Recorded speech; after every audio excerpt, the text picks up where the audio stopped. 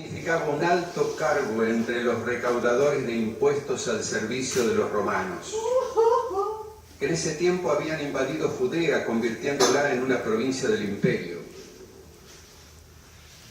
Cuando Jesús se invita a la casa de Zaqueo, la gente murmura con razón, porque era un oficio despreciable, pues el dinero que recaudaban de sus conciudadanos iba a parar a las arcas romanas, no sin retener una buena parte de los impuestos, de modo que se enriquecían notablemente. Sin sentimientos religiosos, los publicanos eran indiferentes al patriotismo de sus conciudadanos que luchaban por obtener la libertad de su pueblo humillado.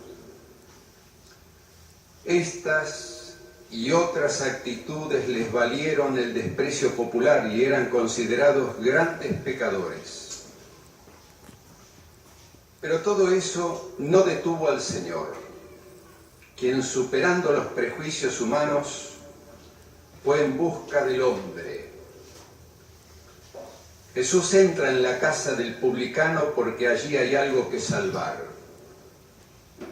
Es decir, no porque ahí se practiquen las buenas obras y haya que recompensarlas, sino porque también este hombre es un hijo de Abraham y por lo tanto no está excluido de la fidelidad y del amor de Dios. La primera vez que escucho hablar un cura. Lo que llama la atención en el texto es que apenas entra el Señor, el dueño de casa manifiesta una singular sensibilidad por los pobres, con quienes compartía la mitad de sus bienes. ¡Qué carita! No había aislado su conciencia y tenía claro que su oficio generaba excesos y era causa de injusticias. Y eso lo llevaba a reparar perjuicios cometidos, dando 4 veces más a los damnificados. Zaqueo sabía que tenía muy mala fama entre la gente a pesar de ser una persona honesta. El encuentro personal con Jesús hizo que su deseo profundo de ver quién era se cumpliera muy por encima de sus expectativas. Pero ¿qué nos dice este encuentro hoy? Aquel cobrador de impuestos parecía tenerlo todo, pero al recibir la inesperada visita de Jesús, le dio un nuevo horizonte a sus días. El evangelista San Lucas nos da una advertencia con este ejemplo. La indiferencia y el egoísmo de los ricos frente a la miseria de los pobres no pasan inadvertidos a los ojos de Dios, que sí se acuerda de los pobres y no olvida su clamor, dice el Salmo 9. El caso de Zaqueo nos muestra que siempre hay un camino de redención si abrimos la mano para compartir lo que la vida nos ha dado. Cuánto más si con ello reparamos las injusticias cometidas. Hay muchas personas que desean subirse al árbol de su vida para ver quién es el Dios de la vida que pasa y siempre se deja encontrar. Dios está nombrado en el preámbulo de la Constitución Nacional. Pero nos olvidamos que además existe y está siempre dispuesto a escucharnos cuando lo invocamos y a protegernos cuando lo necesitamos. Pero pareciera que lo dejamos al margen de nuestras decisiones. Confiamos solo en nuestra capacidad, en las estrategias, en las ecuaciones sin que dominemos todas las variables y aún nos afirmamos en nuestra corta experiencia, sin tener en cuenta la memoria histórica del país que también tiene algo que enseñarnos en las horas de prueba. La sabiduría bíblica nos recuerda: fíjense en las generaciones pasadas y vean, ¿quién confió en el Señor y quedó defraudado? ¿Quién perseveró en su temor y fue abandonado? ¿Quién lo invocó y no fue tenido en cuenta? Dice el libro del Eclesiástico. Si hoy celebramos un nuevo aniversario de la Revolución de Mayo, es porque en la trama de nuestra historia nuestros próceres y el mismo pueblo nos demostraron que Dios Padre acompañó el camino, tanto en los momentos de gloria como el que conmemoramos, pero también en los tiempos de crisis y desencuentros entre los argentinos. Un sabio estudioso del pasado de la humanidad aseguraba que en la historia no dominan las fuerzas económicas, sino las espirituales.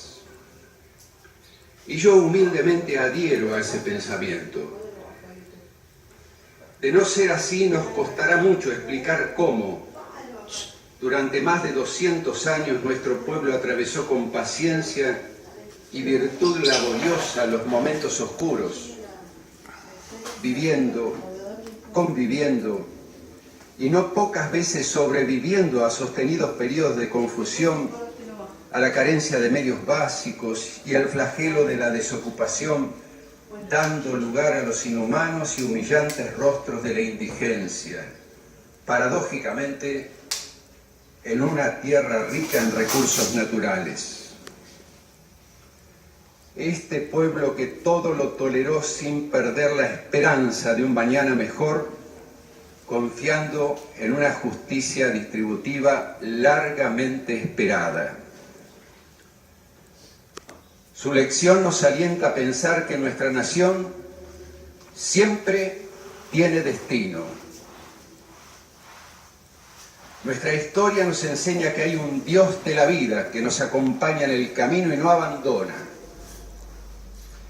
Y por eso siempre habrá futuro para la Argentina si confiamos en Él y también si levantamos la barrera de la desconfianza entre nosotros, para que toda iniciativa en promover el bienestar general de los ciudadanos la emprendamos, al decir de San Ignacio de Loyola, como si todo dependiera de nosotros, sabiendo que en realidad todo depende de Dios. Ahora bien, los cambios sociales y culturales se dan en procesos que demandan tiempo, que nos trascienden, se extienden más allá de los periodos de un gobierno y hasta superan a generaciones. Debemos desconfiar de los logros instantáneos y recetas prometeicas. Si algo hemos aprendido de nuestro derrotero, debemos acostumbrarnos a decir: si comenzamos hoy, dentro de 10, 15 o 20 años se verán los frutos. El tiempo no lo podemos someter, pero sí está en nuestras manos perseverar unidos en los objetivos por el bien común. Mientras dura ese proceso, el primer deber del Estado es cuidar la vida de sus habitantes, especialmente de los débiles, los pequeños, los pobres y marginados, los enfermos y los ancianos abandonados, porque son los más pobres de los pobres. Cuidar la vida de punta a punta de la existencia es querer ser nación. El Dios que confesamos en la Constitución es el creador y remunerador de toda obra buena que hacemos al semejante. Eso nos recuerda que en la Argentina bicentenaria no sobra nadie. Todos somos necesarios e importantes, por lo que ninguna persona debe ser excluida de la fiesta de la vida, hasta el más humilde y olvidado de la patria profunda.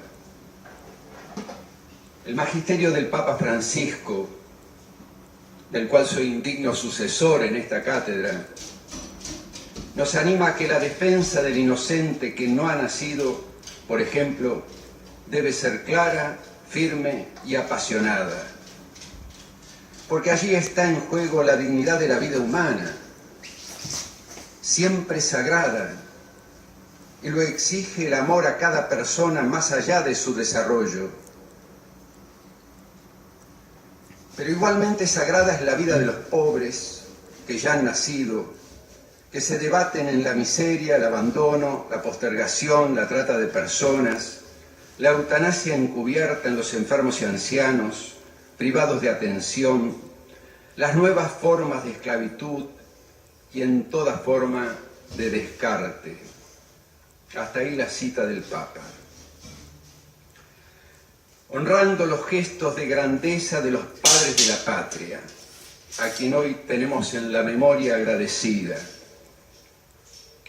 Decimos que vale toda vida, y ante el bello e inefable don de la concepción, si la propuesta es optar por una u otra, en esta bendita tierra austral apostamos decididamente a que vivan las dos.